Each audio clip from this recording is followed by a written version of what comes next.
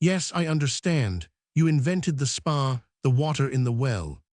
The water is very good water. It could do no harm. I wrote to the doctor. I invented the analysis, applying it from another. I told him about the discovery and the things said by the newspapers. There was no discovery. Nobody had heard of the water. No physician sent any of his patients there. The only visitors from London were my lord and his friends. They were all his friends then. All his reverence is in the pay of Beelzebub, I believe. The colonel is a bully and a gamester. Sir Harry is a well-known decoy. Lady Anastasia shares her bank with Lord Fylingdale. They were a nest of sharpers and villains, and their business and mine was to spread abroad reports of the shining virtue of his lordship. All this, or part of it, we found out or guessed. The vicar publicly denounced you all at his assembly, but what were you to get by it for yourself? I was to have an appointment under government of £200 a year at least. Well, I was to have it directly after the marriage. That was the promise. I have it in writing. And you have not got it. No, and I shall not get it. When I claimed it, his lordship asked me to read the promise. I showed it him. I had kept it carefully in my pocketbook. On the marriage of Lord Fylingdale with Miss Marley, what do you think he said? Oh, villain, villain. What did he say? He said, hold there, my friend, on the marriage. Very well, although I say that I am married to that lady, very oddly the lady swears that she is not married to me. Now, when that lady acknowledges the marriage, I will fulfill my promise. That is fair, is it not? Then I lost my head and forgot his rank and my position, and the next moment I was kicked into the street by his lackeys without salary, without anything. Oh, villain, villain. It seemed as if there was here some opening, of what nature I knew not. However, I spoke seriously to Sam. I pointed out that in introducing a broken gamester, a profligate, a man of no honor or principle, the companion of profligates and gamesters, to the simple folk of Lynn who were ready to believe anything, he had himself been guilty of an act more villainous even than the breaking of this contract. I gave him, however, a guinea for present necessities, and I promised him 5 guineas more if he would write a history of the whole business so far as he was concerned. And I undertook to leave this money with my cousin, the bookseller, to be paid over to him on receiving the manuscript. This business arranged, I had nothing more to do with London. I had been, however, as you shall presently learn, more successful than I myself understood, for I had learned by actual presence the daily life and conversation of this noble lord, and I had laid the foundation for a proof of the conspiracy to disguise his true character, and what was much more important, I had unwittingly fired the mind of the mysterious woman herself with resentment and jealousy. Chapter 41. The First and the Second Confederate. We were now, indeed, although we knew it not, very near the end of these troubles. I returned with the satisfaction of bringing with me the confession of the conspiracy which we had long known.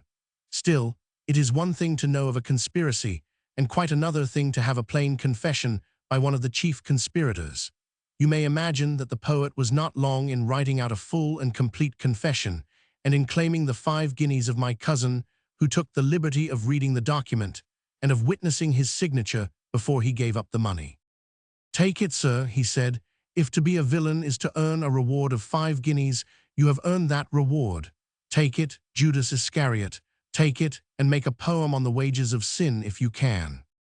You trample on the weak. I am a worm who cannot turn. Still, sir, if you can find honest employment for a pen which adorns all it touches. Go, sir, for such as you I have no employment. My poets and authors may be poor, but they are honest. Get thee out of my sight. I showed the document first to my father and the vicar. So far well, said the latter. If proof were needed of a more wicked conspiracy, here it is. But in the main thing, we are no more forward than before, Jack. We are not helped by this writing to the mystery of the strange woman and her intervention. A strange woman, indeed, she must be, one such as described by the wise king. We shall find her yet. What hold can this spendthrift gamester have upon the woman, his partner in the crime? Some time or other she will be tempted to reveal the truth. We know not. Women are not as men. They love the most worthless as well as the most noble. Lady Anastasia had said the same thing. Love is like the sunshine, my son. It falls upon good and evil alike, and like the sunshine, it may be wasted, or it may be turned to help. We must not expect to find this woman. We must not count upon her revenge or her repentance. We shall find her, sir. I am certain that we shall find her. The spendthrift wastes and scatters with a kind of madness. He will soon finish all, and will have nothing left for his confederates. You see what one confederate has confessed, having been betrayed by his master. Said the vicar, the sweet singer of Israel ceases not to proclaim the lesson that all the generations must learn and lay to heart. I have seen, he says, the wicked in great power and spreading himself like a green bay tree. Yet he passed away, and lo, he was not. Yea, I sought him, and he could not be found. Patience, therefore, let us have patience. He fell into a meditation in which I disturbed him not. After a while, he returned to the business of Sam's written confession, which he held in his hands. It is remarkable, he said, how this young man, who from his boyhood was a self-deceiver, imagining himself to be somebody, endeavors to place his conduct in a light flattering to his self-deception. It is evident, abundantly, that he has been guided throughout by two motives, the one as base as the other. The first is revenge for the wholesome cudgeling which the captain bestowed upon him. It was administered, I doubt not, with judicial liberality, even erring on the side of liberality, and he left in the man's mind that longing for revenge which belongs to the weaker and the baser sort. See, he writes, since Captain Kroll was resolved to marry his ward above her station, I was quite sure that he would be grateful to me for the signal service which he could in no way effect by his own efforts of raising her from her humble condition to the rank of countess. He thus betrays himself, and as to the second motive, he says, a poor man has the right to better himself if he can. It is his duty. I saw a way, an unexpected and an honorable way. Listen to the creature. I made the discovery that my patron, by gambling and raking, had become, as regards his affairs, nothing less than what in a merchant would be called a bankrupt. That is to say, he had spent all he had, sold all he could, raised all the money possible on his entailed estates, and but for his privilege as a peer would now be in a debtor's prison. Yet he contrived to keep his head above water. I found out how, as well, and still maintained a brave show, though by reason of his bad character, he was not countenanced except by profligates like himself. I therefore laid open to him a way of restoring his affairs. I offered to introduce him to a great heiress. At first, he did not believe that there was in any country town an heiress with the fortune that I described to him, but I gave him some proofs, and I promised him more. Whereupon I made known my condition.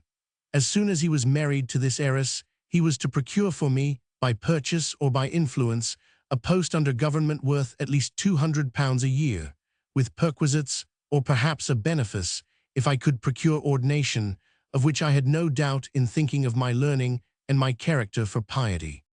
Ho, said my father, his learning and his piety. My patron is now master of that fortune and is wasting it as fast as he can in the old courses. He refuses to keep his promise. Nay, he hath sold the last preferment in his gift to the highest bidder. It was a rectory of £350 a year. This fellow, said the vicar, knows that his patron is at his last guinea. He knows him to be a loose liver and a gamester, and he has no hesitation in conspiring to place this innocent girl, by means of her simple guardian, in the hands of such a man. Yet he whines and thinks himself ill-used and a football of fate. Formerly he thought himself the favorite of the muses. The man is a cur, Jack. He has the cunning and the cowardice and the treachery of a mongrel cur. Take back his confession. It may, however, be useful. What about the great discovery concerning the spa? Why, Jack, it seems as if he drew his bow and shot an arrow at a venture, yet hit the bull's-eye. The doctor has a book in which he inscribes cases of cures affected by the waters of the spa. The book is well-nigh filled. It is true that this prince of liars invented and pretended the discovery of a spa. It is also true, as we cannot but believe, that the waters have actually done all that he pretended. He, therefore, unconsciously, seems to have proclaimed the truth. Let the thing remain as it is then. Time will show. The next season's cases and cures will perhaps establish the reputation of the spa on a more solid basis even than at present. Time, as I have already told you, did show, for no one came at all. The spa was neglected in its second season. In the third, it was forgotten. Even the pump room was removed, and only the well remained. But the doctor, who was bitterly disappointed with the failure, was never informed concerning the true history of the grand discovery. It was the perfidy of the chief conspirator to everyone who assisted him which brought about the full exposure of the truth. I have been careful to let you know at every step the whole truth as we discovered it afterwards. You have understood the conspiracy from the outset and the villainy of all concerned. The woman in the pink silk cloak has been no mystery to you. Perhaps you admire our simplicity in not guessing the truth. Reader, you are young, perhaps, or you have been young. In either case, I am sure that you have experienced the ease with which a woman, lovely, sympathetic, winning, will, with the combined aid of her beauty, her voice, her witchcraft, so surround herself with an imaginary air of truth, sincerity, and purity, as to exclude all possibility of treachery and falsehood. Lady Anastasia had allowed me to discover, whether by inadvertence or not, that she was jealous.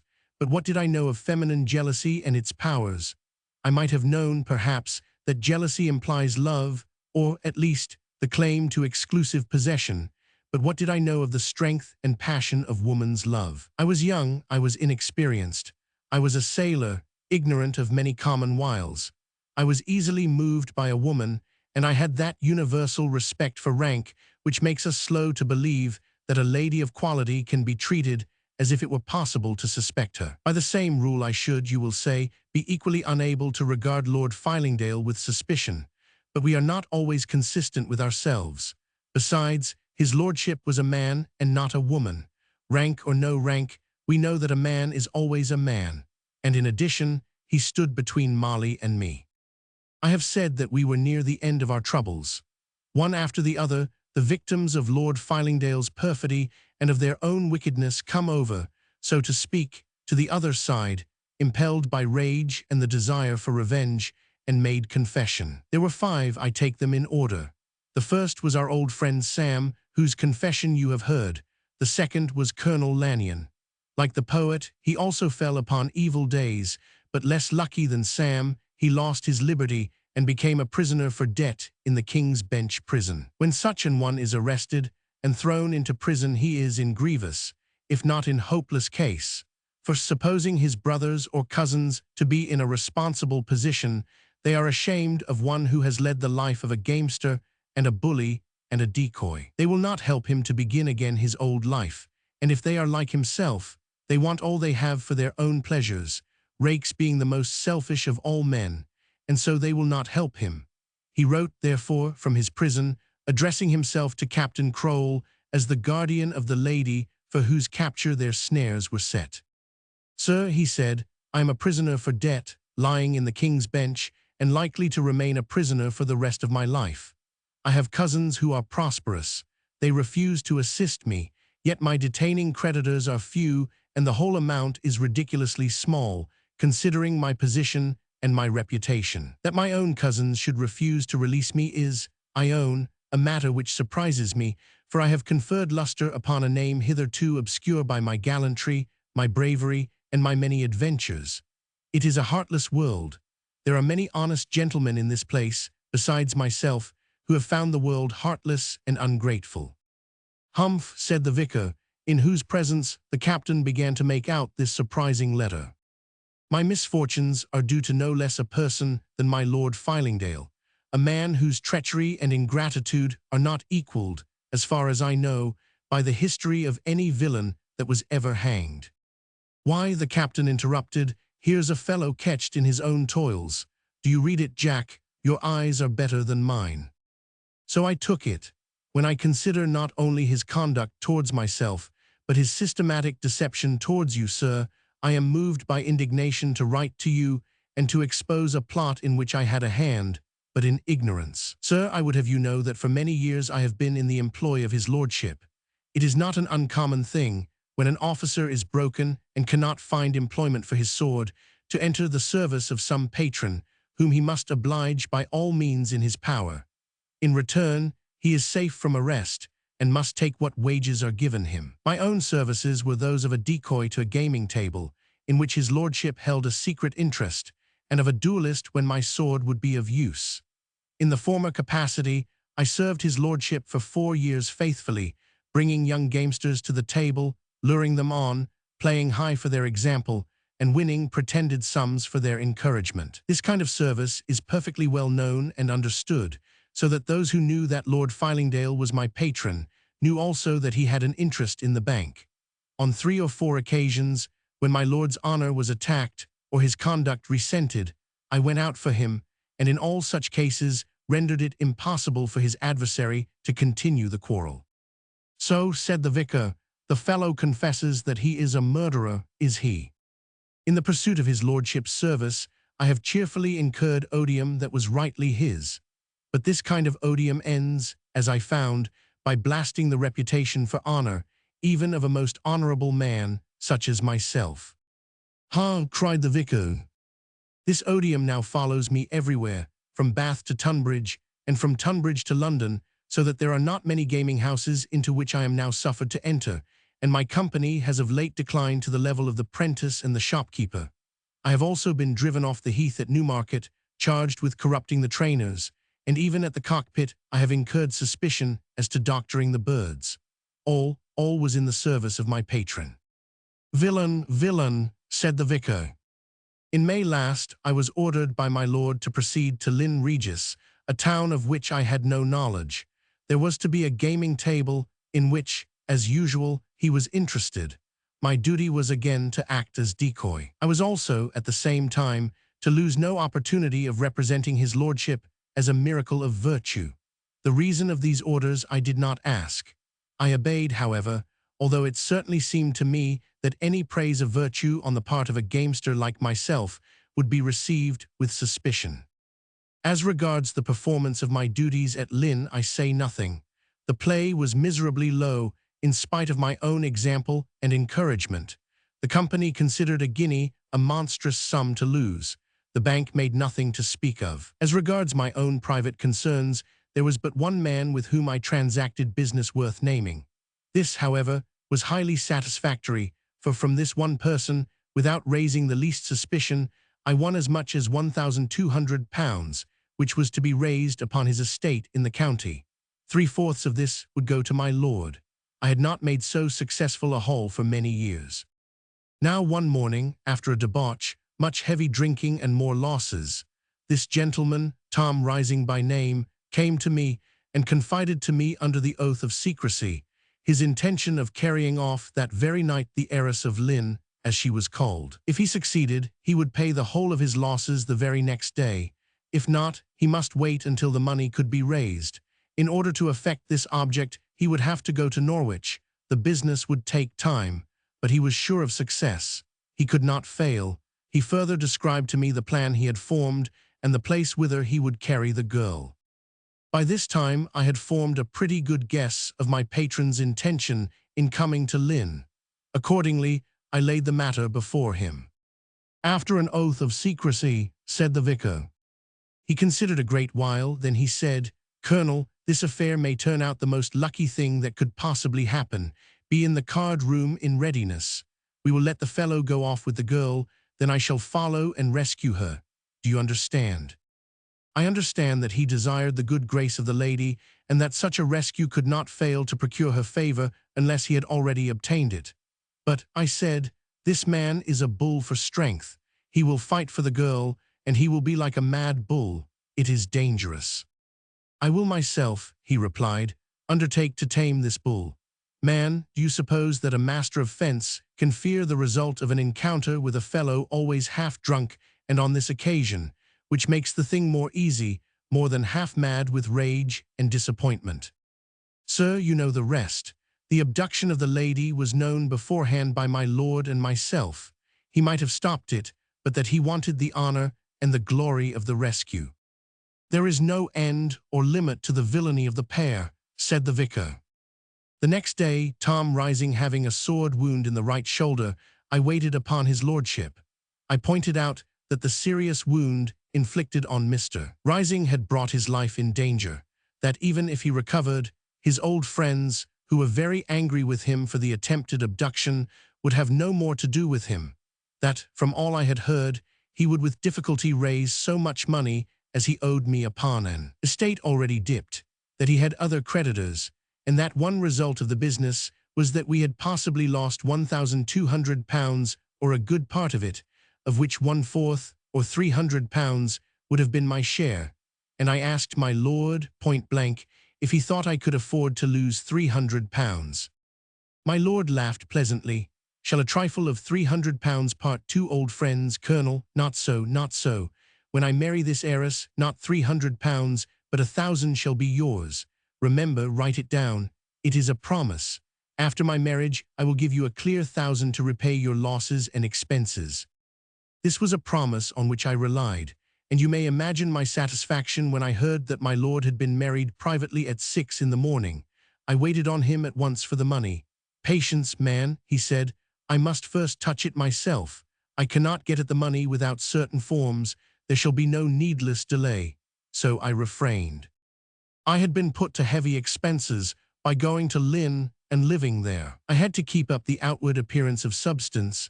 I threw money about. I ordered bowls of punch. I lost over £100 in establishing my credit on a firm basis. I won nothing to speak of, except from Tom Rising. In the end, I was publicly insulted and exposed by a vulgar beast called Gizzard after his low trade. This was in the presence of Tom Rising himself, who thereupon swore that he would pay me nothing. The world is full of men always ready to repudiate their debts of honor. It is, indeed, said the vicar, and of men who do not act in accordance with the laws of honor. Sir, you will hardly believe me. My lord now refuses to pay even my expenses. He owes me £1,000 promised as my share in the business. I have spent £100 in establishing my credit and another 100 for my personal expenses, in all £1,200. Now, sir, I have a proposition to make. I know the dispute about the alleged marriage. I believe there was a personation, and that I know the woman who personated your deeply injured ward in the church. Pay me £1,200, and I will name her. Softly, said the vicar. To name the lady is not to prove the personation. You cannot hesitate, the letter went on. Already, I am sure my lord has wasted 10 times that sum. I hear from all sides that he is like one who squanders an inexhaustible treasure. Send me this money, and I will put you in the way of exposing him to the world as a conspirator and of putting a stop to further robbery. You shall at least be enabled to save what is left. As you may require a few days to deliberate over this proposal, I beg you to let me have by the first opportunity a few guineas in advance. Otherwise, I shall have to part with my clothes. In my line of life, a good appearance is essential. Should I be driven to that necessity, I shall indeed be ruined for life, because I shall have to go over to the common side where my accomplishments and skill will be of no use whatever to me. He means that you cannot get any profit by cheating at play those who have nothing. Is that all, Jack? That is all. I folded the letter and gave it to the captain.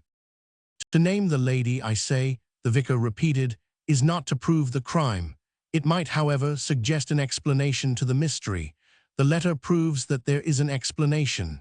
Still, Captain, my opinion is that the writer of this letter should receive no answer. There is no hardship before him which he has not deserved.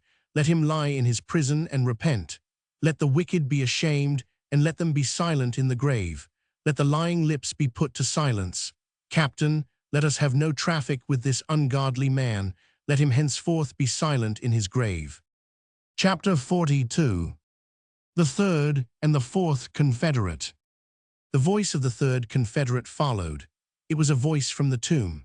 Sir Harry Malins, the poor old butterfly who had lived for nigh upon 80 years in the world of fashion, who had spent his patrimony and had, in the end, been reduced to the miserable work of a decoy, as you have heard, was at last summoned to render an account of his life. What an account to render!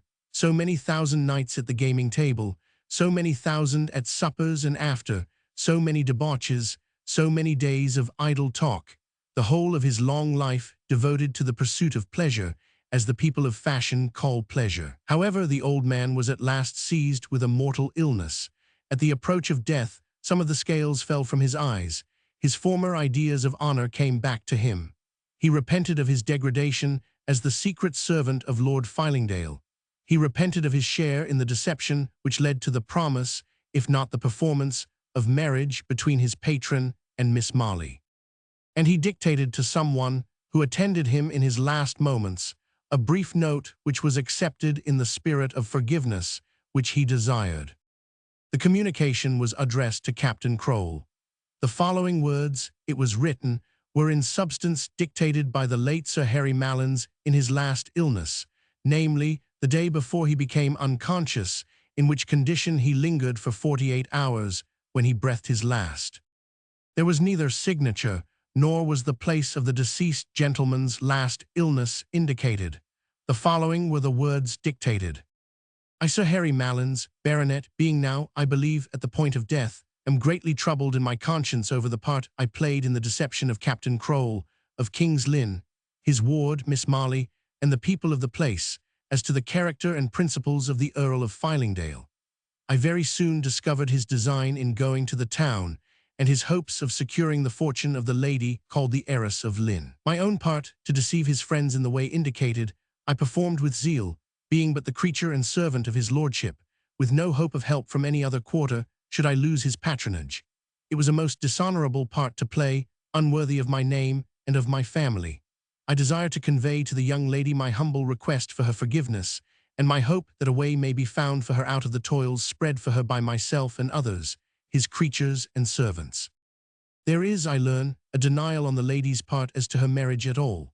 Of this I know nothing, but I am assured in my own mind that if this denial involves any act of treachery, perfidy, fraud, or conspiracy on the part of his lordship, on that account alone, and without considering the many virtues, the candor, truth, and innocence of the lady, I should accept her denial.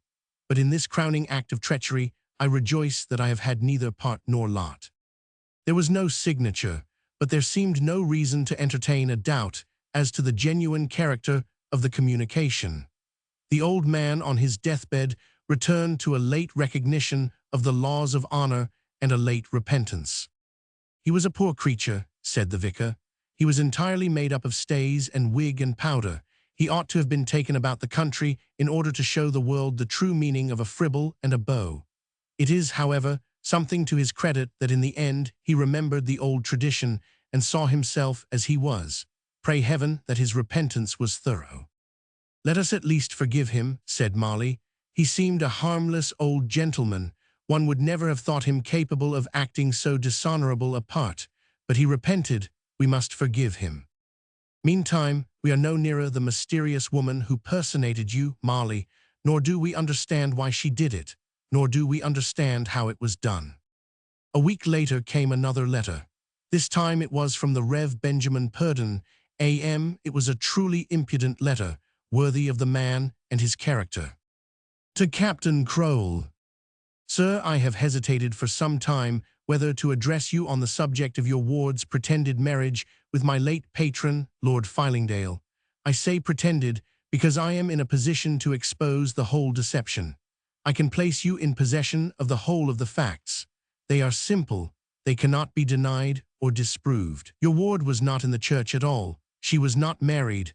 Her place was taken by a woman who personated her, appearing in your ward's dress, namely, a pink silk cloak, the hood thrown over her head. I who performed the ceremony was deceived. That is to say, I was told the name of the bride, and there was nothing to awaken any suspicions. At this point, and as a proof that part of this story is true, I would ask your ward to write her name in full, and I would then ask you to compare that writing with the signature in the registers. Are we stupid? Cried the vicar. Have we been struck with judicial stupidity? Let us instantly, without any delay, proceed to this test. Marley, my dear, get paper, pen, and ink. So now sit at the table. Write your name as you usually write it when you sign a letter. But I never write any letters, said Marley. She writes the names on the pots of pickles and the preserved fruit, said the captain. Come, Marley, you can sign your name. The girl blushed and seized the pen. It was not with the pen of a ready writer that she wrote, in a clumsy hand, a hand unaccustomed to such writing, her name, Marley Miller. Is this your best writing, Marley? Indeed, sir, I am ashamed that it is no better. At school I learned better, but I have so little occasion to write. So long as it is the signature you would use in the church, it will serve, said the vicar. Come, let us to St. Nicholas at once, and send for the clerk. We will examine these registers, and we will read the rest of the letter afterwards. The chest was unlocked, the registers were taken out, the books were opened at the right page. The vicar laid Molly's writing beside that of the register. You see, said the vicar, the very signature proclaims the cheat. We have been, of a verity, seized with judicial blindness for our sins. The differences were not such as could be explained away, for the signature in the book was round and full and flowing, a bold signature for a woman, every letter well formed and of equal size, and in a straight line, the work of one who wrote many letters and prided herself, apparently, on the clearness and beauty of her hand. Molly's, on the other hand, showed letters awkwardly formed, not in line, of unequal height, and the evident work of one unaccustomed to writing. What doubt have we now? Asked the vicar. My friends, I see daylight, but let us return to complete my reverend brother's letter. The letter thus continued. You have now, I take it, satisfied yourself that your ward could not possibly have penned that signature. You have no doubt, if you had any before, that your ward's denial was the truth. At the same time, you do not appear to have considered the matter worth fighting. It was not, for assuredly a court of justice, even with the handwriting as evidence, would have decided against you. So far, you were well advised. You, therefore, withdrew opposition and suffered the husband to take over, what he claimed, control of the estate. From what I am informed, he is pursuing a course of mad riot, in which he alone sits cold and composed, as is his wont, for the contemplation of wickedness in action is more to his taste than becoming an actor himself. He is also playing and losing heavily. Therefore, I have every reason to believe that he will before long get through the estate of his so-called wife. I hope he will, because he will then have nothing left at all, and the last state of that man will be as miserable as he deserves. This man, too, has his revenge in sight, said the vicar. I come now to the main point. I do not suppose that more than the third, or so, of your ward's fortune has yet been wasted. I will enable you to save the rest. For a certain consideration, I need not write down its nature. My noble patron promised to pay me £12,000 on his marriage with this heiress. It is a large sum of money, but the service I rendered was worth more. It was his own confederacy, I suppose. For the honour of the British aristocracy, I regret to inform you that Lord Fylingdale repudiates the contract. He says that I may take any steps I please, but he refuses to pay. That the consideration, but I need not go on, in a word, he will give me nothing. Under these circumstances, I will expose the whole affair, and put an end, at least, to his further depredations. If therefore you take over this obligation upon yourself, I am prepared to draw up an account of the whole business, the personation of your ward, the reasons and the manner of it, and an explanation of the very remarkable coincidence, so remarkable as to seem impossible, of the substitution of one woman for another at a moment's notice. I further promise that this information will at once turn the tables, that you can refuse to let his lordship interfere further with your ward's estate, and that you can take steps to declare the so-called marriage null and void. Nothing shall be left for explanation. All shall be quite simple and straightforward, and I can put evidence in your hands which you little suspect. Further, I promise and engage to ask for nothing until I have proved all that has to be proved, and have established the fact that your ward was not married by me. You can send me 25 guineas in advance. It can go to London to the coach office of the Swan with 4 necks, where I will call for it. I am, naturally, after so great a disappointment, much in want of money. Therefore I shall be obliged if you will make the advance 50 instead of 25 guineas. Signed, Benjamin Purdon, Clerk in Holy Orders. We looked at each other in silence. To procure thy freedom, Molly, said the vicar, taking her hand, there is nothing which we would not do that honest men dare to do. But let us not be drawn away from our duty. We will have no part nor lot nor any traffic with rogues. This man is an arch-rogue. This letter is the letter of a villain, who is, one would say, the Lord forgive me for saying so, of a fellow sinner, beyond the power of repentance and beyond the hope of forgiveness. Patience, Marley, I think that we shall soon be rewarded, even with the loss of all thy worldly goods. Chapter 43. The fifth and last confederate. And then came the final revelation, the confession of the fifth and last confederate, which cleared up the whole mystery and explained that which, with one consent, we had all declared to be wholly unintelligible.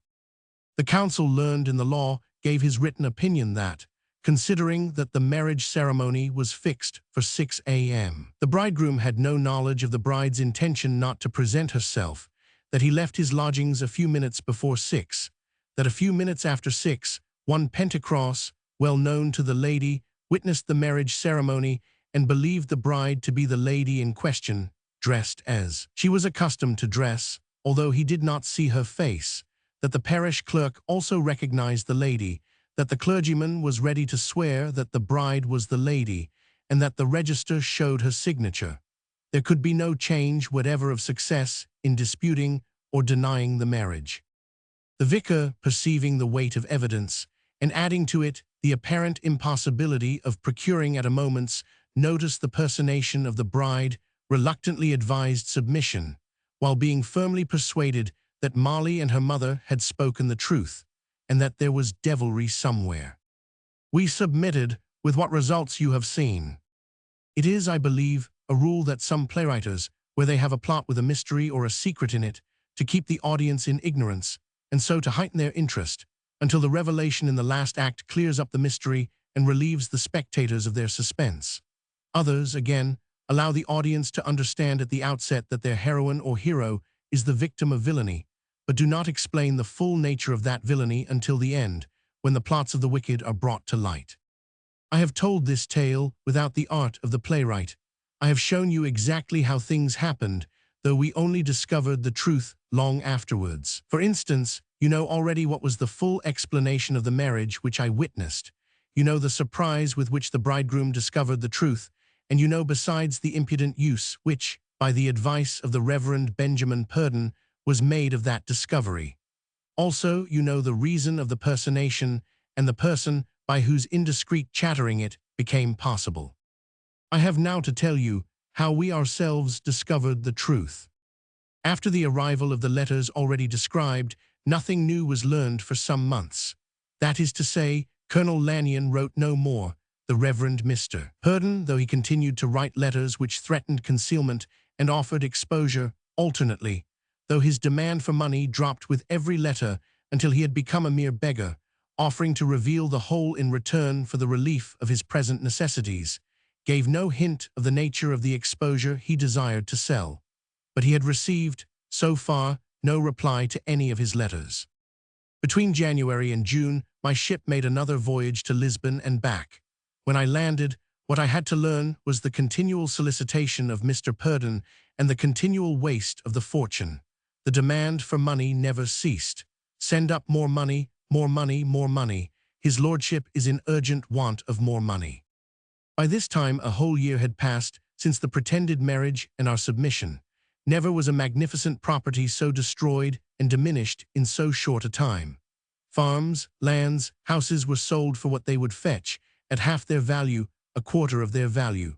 All the money out at mortgage had been called in, all the money received at the key, and the counting house had been sent to his lordship's attorneys. In one short 12-month, the destruction had been such that in June there was actually nothing left, nothing out of that princely fortune, except the fleet of ships and the general business. And now, Mr. Pentecross, said the manager, lately clerk and accountant, the end draweth nigh. A few more weeks or months, and this great shipping firm, near 100 years old, which hath sent its ships all about the world, the most important house outside London and Bristol, will put up its shutters and close its door. Alas, the pity of it, the pity of it. But I said, this spendthrift lord, this waster and devourer, surely will not destroy the very spring and fountain of this wealth. I know not, he seems possessed with a devil. Here the manager was wrong, because he was possessed of 7 devils. His waste is nothing short of madness. It seems as if he was unable to look before him, even in such a simple matter as the origin of the money which he has obtained by marriage, if he is married, and is now wasting as fast as he can. It is in no way profitable, unless one is a divine, to search into the heart of the wicked man.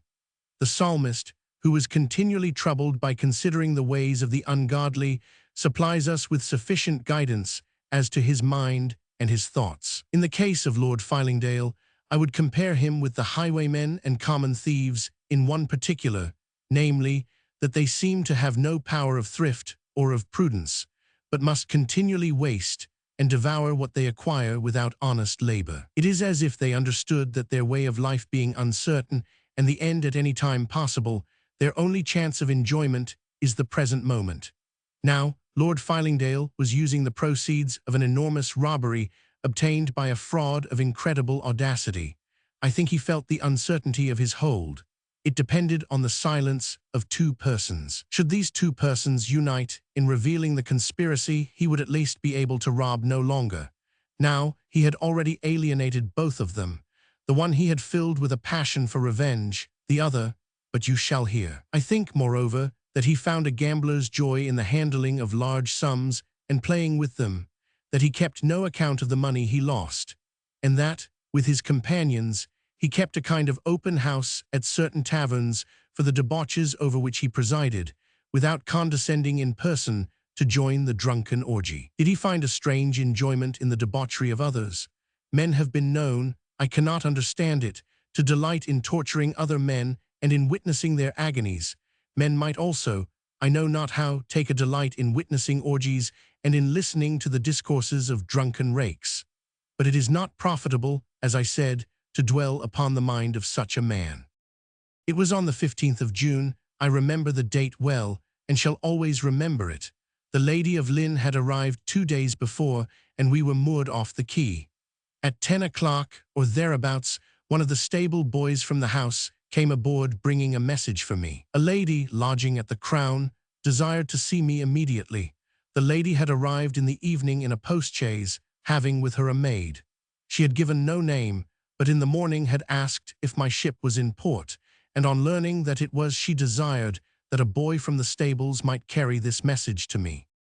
I landed at our own quay. I say our own, but it was no longer ours, that is, Molly's quay. At the door of the counting-house stood the manager in conversation with the captain of one of our ships. He beckoned me to speak with him. When he had finished his discourse with the captain, he turned to me.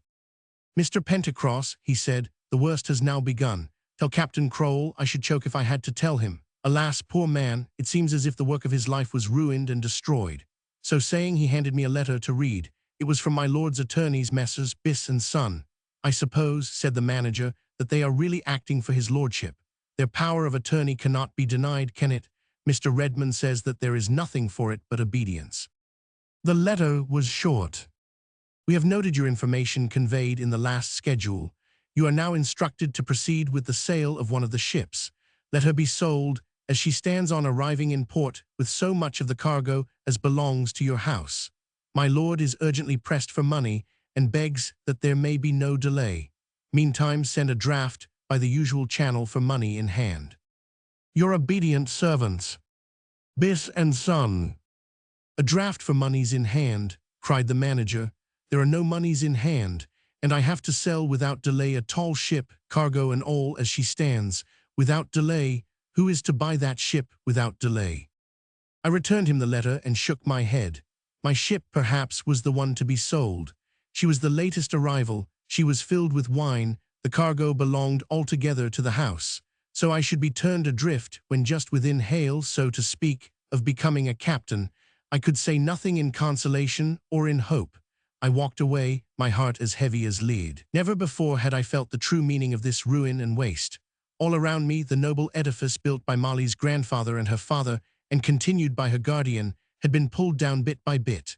But one felt the loss of a farm or a house very little. It was not until the ships, too, were threatened that the full enormity of the thing, the incredible wickedness of the conspirators, was borne in upon my mind. It threatened to ruin me, you see, as well as Molly. Therefore I walked across the marketplace to the Crown in more gloomy in my mind than I can describe. Hitherto, somehow, a ship seemed safe. No one would interfere with a ship. Like Lord Fylingdale himself, I was ready to ask whether a ship could be bought and sold. That is to say, I knew that she was often bought and sold, but I never thought that any of Molly's ships, any other ships as much as you please, but not Molly's ship, could be brought to the hammer.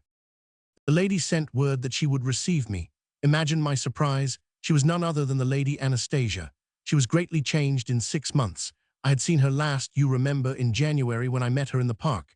She was then finely dressed and appeared in good case, what we call a buxom widow, in other words, a handsome woman with a winning manner and a smiling face. This she was when I met her. When I left her on that occasion, she was a handsome woman marred with a consuming wrath. Now I should hardly have known her. She was plainly attired, without patches or paint, wearing a grey silk dress. But the chief change was not in her dress, but in her face. She was pale, and her cheeks were haggard. She looked like a woman who had recently suffered a severe illness and was, indeed, not yet fully recovered. "Jack," she advanced, giving me her hand with her old graciousness, "you are very good to come when I call. It is the last time that you will obey any call from me." "Why the last time, madam?" "Because, Jack, I am now going to make you my bitter enemy. Yes, my enemy for life." She tried to smile, but her eyes grew humid. "I can never be regarded henceforth as anything else. You will despise me, you will curse me, yet I must needs speak." "Madam, I protest, I know not what you mean." "And I, Jack, I protest, know not how to begin. Do you remember last January when we talked together? Let me begin there. Yes, it will be best to begin there. I do not think I could begin at the other end. It would be like a bath of ice-cold water in January. I remember our conversation, madam. You told me, what was it you told me? Something about a certain box or case of jewels. Molly's jewels. Yes, I told you how his lordship seized upon them at the first when he claimed control over Molly's fortune. You told me that. It was in January. He had seized upon them 6 months before. The thing surprised me. He had always told me that he could not get those jewels, and Jack, you see, they were my own. Yours, madam, but they were Molly's. Not at all. Molly, after her marriage, had nothing. All became my lord's property. The jewels were mine, Jack mine by promise and compact. I understood nothing. I have seen in France the women kneeling at the boxes where they confess to the priest. Jack, will you be my priest? I can confess to you what I could never confess to Molly, though I have wronged her. Jack, oh my priest. Here she fell on her knees and clasped her hands. No, no, she cried. I will not rise, on my knees, not to ask your pardon, but for the shame and the disgrace and the villainy. Madam, I pray, I entreat. I took her by both hands. I half lifted her and half assisted her. She sank into an armchair sobbing and crying and covered her face with her hands. She was not play acting. No, no, it was real sorrow, true shame. Oh, there was revenge as well. No doubt there was revenge. If she had been wicked, she had also been wronged. Presently she recovered a little.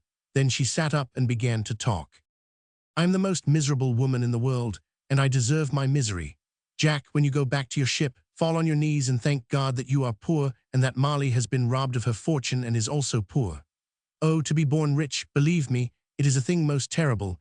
It makes men become like Lord Fylingdale, who have nothing to do but to follow pleasure, such pleasure.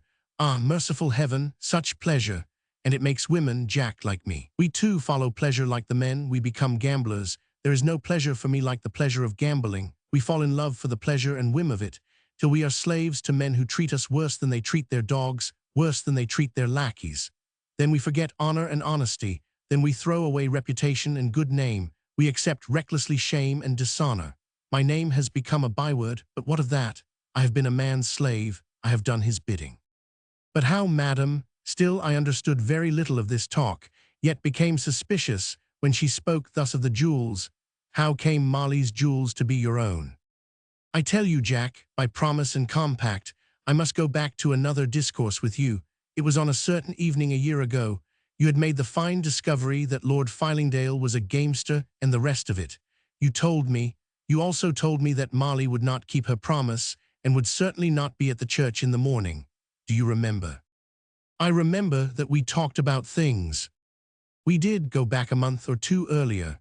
By a most monstrous deception I was brought here. I was told first that it was in order to further some political object, which I did not believe. Next, to help him in getting the command of this money. Some women, I said, easily lose their sense of honor and of truth when they want to please their lovers. As for marriage, he declared for the 100th time that there was but one woman in all the world whom he would marry, myself. Now do you understand? He had deceived me. Very well, then I would deceive him.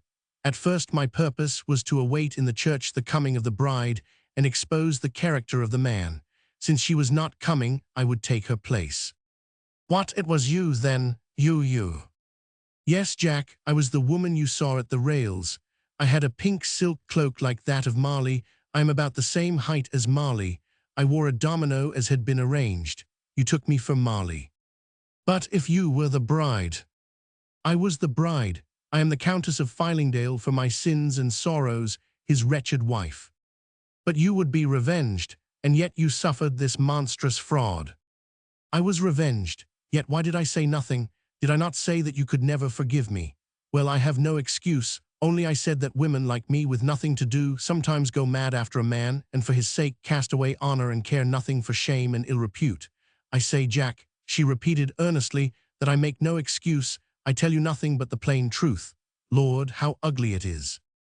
I said nothing, I only stood still waiting for more.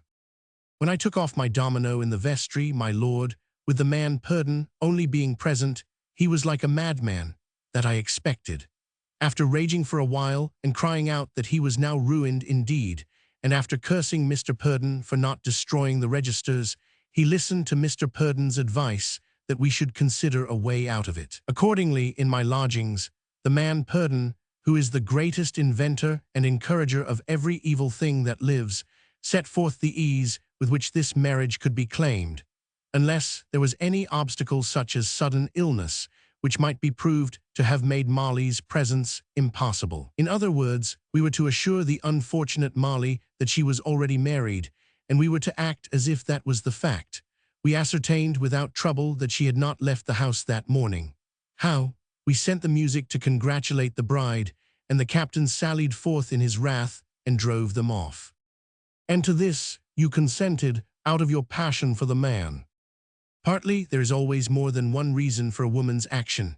In this case there was a bribe. I confess that I have always ardently desired jewels. I cannot have too many jewels. He promised Jack that I should have them all. Perhaps, I do not know, the promise of the jewels decided me. Oh, Jack, they were wonderful. No such bribe was ever offered to a woman before. I gazed upon her with amazement. Truly, an explanation complete. Yet, what a confession for a proud woman to make. Love that made her trample on honor and truth and virtue, and a bribe to quicken her footsteps. And now, I said, you are willing to make this story public. I have thought about the business a good deal. It has caused me more annoyance than you would believe. Annoyance? She spoke of annoyance. Besides, I have been cruelly abused. I have been the cause of that poor girl losing a great part, perhaps the whole of her fortune. I have been robbed of the jewels. He swore to me, a dozen times, that he has never had them. I may by tardy confession save something from the wreck for that poor girl. He has wronged me in every way, in ways that no woman will, or can, forgive. I revenge my wrongs by making him a beggar a few weeks, or months, before he can come to the end of his money. So in this distracted way she talked, till one could not tell whether she was most moved by the thought of revenge, or by pity for Marley, or by a wholesome repentance of her sin. Jack, she said, your honest face is pulled out as long as my arm. I could laugh if I were not so miserable. Tell me what I should do next. Mind, I will do exactly what you bid me do. I have lived so long among kites, hawks, crows, and birds of prey, with foul creatures and crawling reptiles, that merely to talk to an honest man softens and subdues me. Take me in the humor, Jack. Tomorrow or next day, should the idea of the man possess my soul again, if he should stand over me and take my hand, I know not what would happen. Perhaps, even for Molly's sake, I could not resist him. I am but a poor, weak, miserable woman, and he has led me hither and sent me thither, and made me his slave so long that he has become part of my life. Quick then, Jack, tell me what to do. Come with me, I said. So she wrapped herself in a long cloak, not of pink silk, and she put on a domino, and I led her to Mr. Redmond's office. And here I begged her to let me set down in writing what she had told me, but in fewer words, while Mr. Redmond stood over me and read what I wrote, and as I wrote it.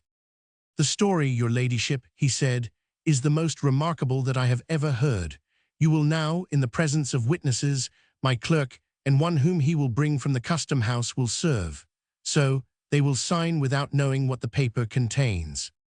So she signed in the same bold running hand that we had seen in the registers. "What next?" she asked. "Why, madam, we have to consider the next step. It is obvious that the confession removes the whole of the difficulty and explains what has hitherto seemed inexplicable. How, it was asked, could the place of the bride be filled at the last moment and without previous knowledge that it would have to be filled? And who was the woman thus duly married and actually, though under a false name, made Countess of Fylingdale, who did not step forward and claim her rights? Now, madam, the question is answered. You knew, but my lord did not know, that the bride could not come to the church. You were there, therefore, to take her place. You joined in this conspiracy and kept silence for the reasons contained in this document." "Quite so, and now, sir, what next? Will you bring my lord to justice? Shall I have to give evidence against him?" "Madam, I know not. You have done your best, not so much to repair a great wrong as to stop further wrong. If I understand matters aright, it will be impossible to recover anything that has been taken. You might as well hope to recover a sack of coals that have been burned. Therefore, what we have to do first is to stop further pillage.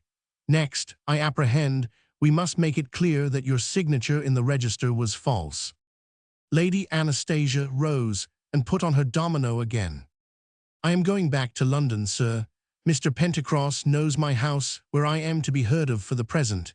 It was a bad day's work when I was married in that pink silk cloak. It may prove a worse day's work when I confessed." "Nay, madam," I said quietly, "can it be a bad day's work to stop a cruel and unfeeling robbery? I have done my part, gentlemen, for good or for ill. In a few weeks or months the man would have beggared himself as well as that poor girl. Now he is beggared already. I know not what he will do, nor whither he will turn." So I led her back to the Crown, and that same day she took her departure, and I have never seen her since. One letter, it is true, I had from her, of which I will tell you in due course. Then I returned to Mr. Redman. "Jack," he said, "I am going without further discussion to warn the manager not to send any more money to these attorneys and to disregard their orders. I shall write at once warning them that we have now in our hands clear proof that my client is not married to Lord Fylingdale, and that we are considering in what manner we should proceed with regard to the large sums that have been remitted to his orders. This, Jack, is the way of lawyers. We write such a letter knowing that we shall not proceed further in this direction, for the scandal would be very great and the profit would be very small. Besides, there is the awkward fact that we made no protest, but submitted. Yet sure and certain I am that the other side will not dare to go into court, being conscious of guilt, yet not knowing how much we have learned. It seems a tame ending that villainy should get off unpunished." "Not unpunished, Jack. You young men look to see the lightning strike the wicked man. That is not the way, believe me. He never goes unpunished, though he may be forgiven. I look not for the flash of lightning to strike this man dead, but I look for the vengeance of the Lord, perhaps today, perhaps tomorrow." He read over again the paper signed by Lady Anastasia. "It is a strange confession," he said. "There is the wrath of a jealous woman in it. He might have beaten her and cuffed her, he might have robbed her, and she would have forgiven him. But he has followed after strange goddesses. She spoke about the jewels. I suppose that he has long since given them to these strange goddesses, hence her repentance, hence her revenge. Jack, I think we ought to have the other confederate's confession, that of the man Purdon. He wanted £12,000 for it at first. He then came down to £6,000. He now offers it for relief of his present necessities. I will send my attorney to see him. The vicar refuses to have any dealings with scoundrels. In this case, however, it might be politic to traffic with him. We will offer him £100 for a full confession. I will instruct my attorney what particulars to expect." My story is nearly finished. Molly recovered her freedom with the loss of by far the greater part of her fortune. She had, indeed, nothing left except her fleet and the trade carried on by the firm in which she was sole partner. Still, she remained the richest woman in the town. There was no difficulty in procuring from the Reverend Mr. Purdon a full statement of the conspiracy. It was, of course, to be expected that he should represent Lord Fylingdale as the contriver and the proposer of the abominable design. However, he gave under safeguards of witness and signature a plain recital of what had happened, in which he was borne out by the other confession in our hands. And here follows the letter from the Lady Anastasia. "My dear Jack," she said, "news reaches Lynn slowly if it gets there at all. Therefore I hasten to inform you that an end has come, perhaps the end that you would desire. My lord is no more. I am a widow, yet I mourn not. My husband in name during the last 12 months has acted as one no longer in command of himself. I cannot think, indeed, that he has been in his right mind since he entered upon that great crime of which you know. He would have gone from bad to worse, and I should have suffered more and still more. He killed himself. He placed the muzzle of a pistol within his mouth and so killed himself. It was yesterday. I went to see him. I had to tell him what I had done. I expected he would kill me. Perhaps it would have been better had he done so. I found him with his attorney, a man named Biss, whom I have seen with him frequently. Pray, madam, take a chair. I am your humble servant. You can go, Mr. Biss," said my lord. "You have my instructions. Order the manager to proceed with the sale of the ships." "With submission, my lord. We can send him orders, but we can only make him obey by proceeding according to law. He finds excuses. He makes delays. He talks of sacrificing the ships to a forced sale." "You will not proceed according to law, my lord," I told him. "Why, madam?" "Because I have been to Lynn myself and have explained certain points in connection with the marriage service in St. Nicholas Church." My lord looked at me in his cold way, as if neither surprised nor moved. "Mr. Biss," he said, "I will communicate again with you." So the attorney left us. Then he turned again to me. "My lord," I repeated, "I have made a statement of all the facts." "I thank you, madam. I thank you with all my heart. Let me not detain you." He said no more, and I rose. But the door was thrown open, and Mr. Purdon walked in without being announced. "Ha," he said, seeing me, "we are all three then together again. My lord, I will not waste your time. I have come to explain that since you have refused to perform your compact, you cannot complain if I have broken up the whole business." "I thought I had ordered you out of my presence, sir." "So you did, so you did. I have only come to say that I have this day drawn up a full confession of the conspiracy into which I was drawn by your lordship, deceived against my better judgment by the promise of a large sum of money." Lord Fylingdale pointed to the door. "You can go, sir," he said. So the man Purdon obeyed and went away. Then he turned to me. "Anastasia, we were friends once. I treated you shamefully in the matter of the jewels. Things have gone badly with me of late. I seem to have no luck. Perhaps I have somehow lost my judgment. That money has done me no good. Curse that scoundrel Sam Semple. It is all over now. The game has been played. I have lost, I suppose, but every game comes to an end at last." He talked unlike himself. "You can go, Anastasia. You had better leave me. You have had your revenge. Let that consideration console you." I said no more, but left him. It was in the afternoon. An hour later his people heard an explosion. They ran to find the cause. Lord Fylingdale was lying dead on the floor. "So, Jack, we are all punished, and none of us can complain. For my own part, I am going into the country where I have a small dower house. The solitude and the dullness will, I dare say, kill me, but I do not care about living any longer. Anastasia." She did, however, pass into a better mind. For I heard some time after that she had married the dean of the neighboring cathedral, not under the name of Lady Fylingdale, which she never assumed, but that of her first husband. As to the other confederates, the poet, the colonel, and the parson, I never heard anything more about them, nor do I expect now that I ever shall. The rest of Molly's history, dear reader, belongs to me and not to the world.